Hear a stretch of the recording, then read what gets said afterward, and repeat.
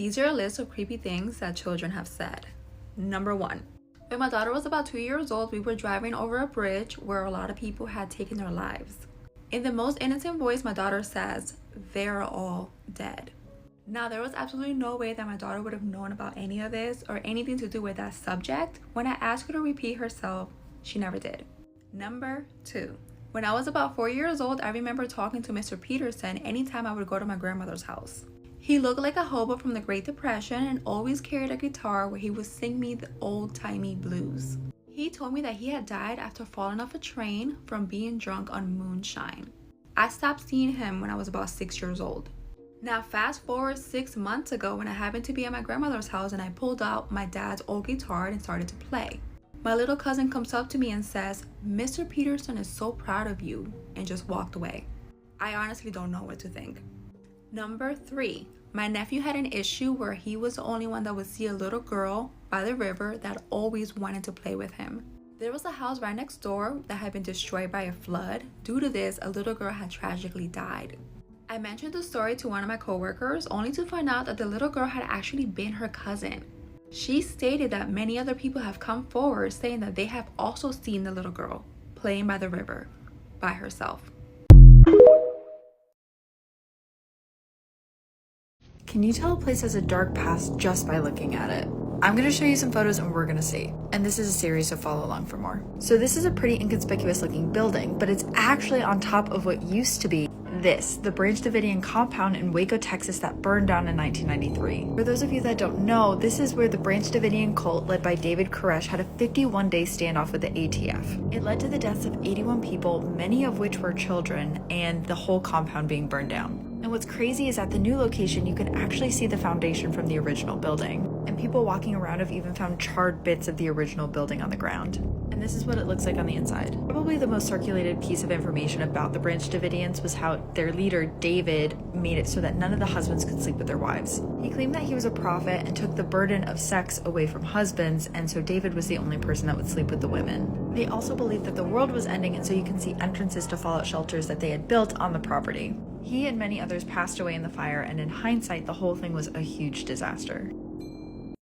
Nostradamus is crazy. He has made some crazy predictions like 9/11. His prediction says, in the year of the new century and 9 months, which is 2001, right? And 9 months, September 11th. From the sky will come a great king of terror.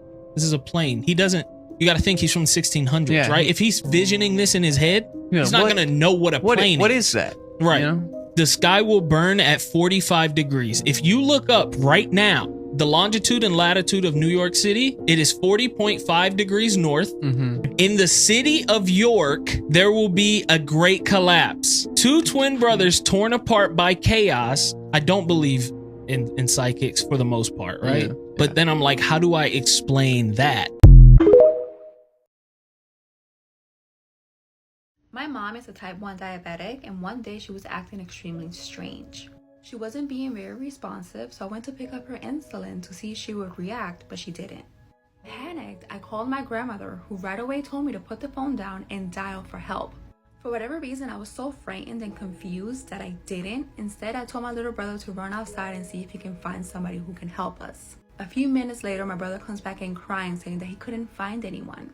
Not more than 5 minutes go by when a woman just randomly walked into my mom's bedroom. Neither my brother nor I recognized her, but she knew us by name.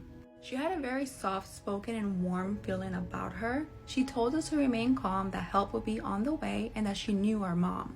Shortly after this, the ambulance arrived. When I went to find the woman, she was nowhere to be found. Like she literally had just vanished.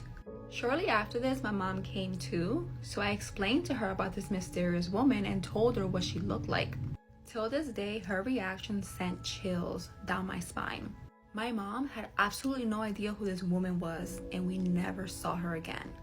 These are videos humans were never meant to see, part 14. Okay, so we all know what an X-ray is, and we've all probably gotten one at least once in our lives. But have you ever wondered how they X-ray babies? Well, if you have, you're about to find out. And honestly, it's pretty disturbing and just weird. Wondered how they X-ray babies.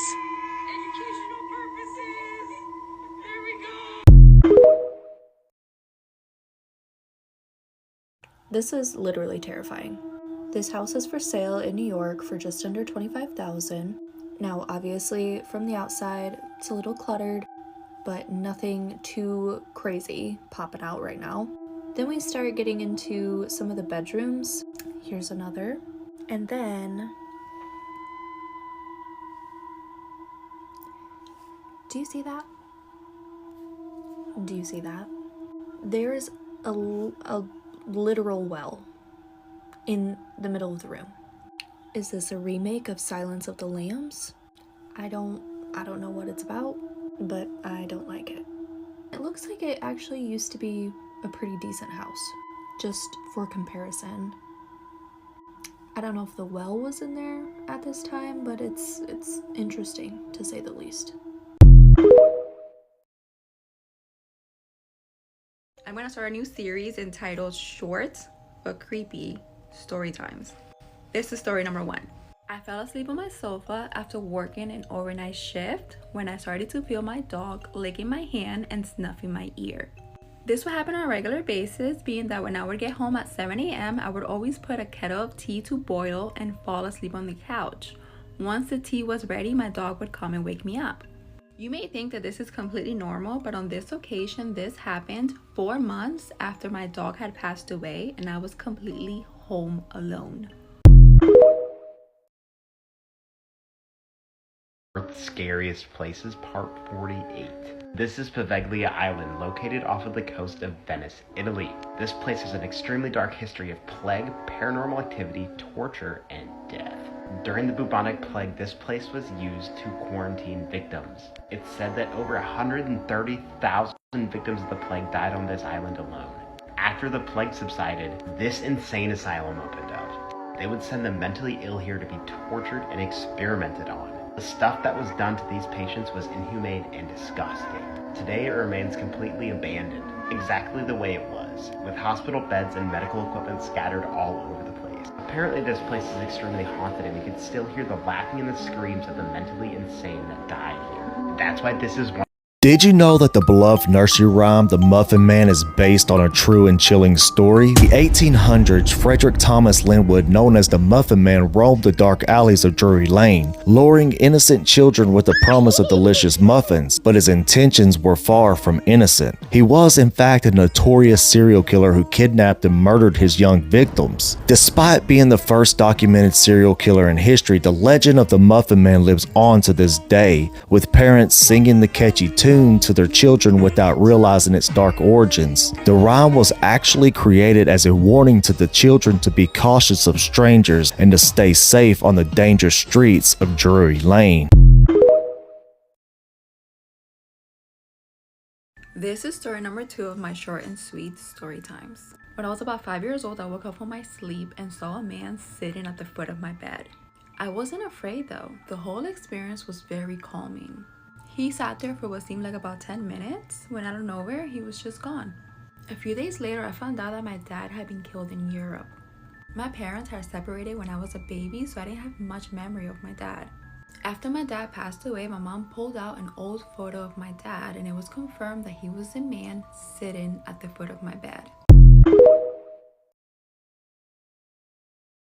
Stories guaranteed to make you lose sleep tonight. Episode 1. In 2017, an old woman who lived alone thought she saw something strange in her backyard. She went to the window to take a look. As she looked, she saw a shadowy figure standing outside. Scared, she watched the figure while calling the police, but when she hung up, the figure was gone. The police arrived and found her front door unlocked. They went in and saw her still sitting by the window. They searched the backyard but found nothing. When they checked inside the house, they found big footprints that weren't hers on the first floor. That's when they figured out what happened. The woman wasn't seeing a shadowy figure outside. She was seeing the reflection of someone who was in the room with her. Follow for more scary stories. Dibbuk box encounter Post Malone. When Post Malone recently encountered this Dibbuk box inside Zach Bagans' haunted museum, he claimed to have seen a black shadow following them throughout the night. In the months following this encounter, he has had bad luck following him, leading him to believe he has been cursed, including: first, the rapper was involved in a plane emergency when the tires of his private jet blew out on the runway. A few days later, his old house was reportedly broken into by gun-toting invaders. A week after that, he was involved in a car crash when his Rolls-Royce collided with another car. The Dibbuk box in question was linked with some spooky events, so spooky, in fact, it inspired 2012 horror film The Possession. What do you think?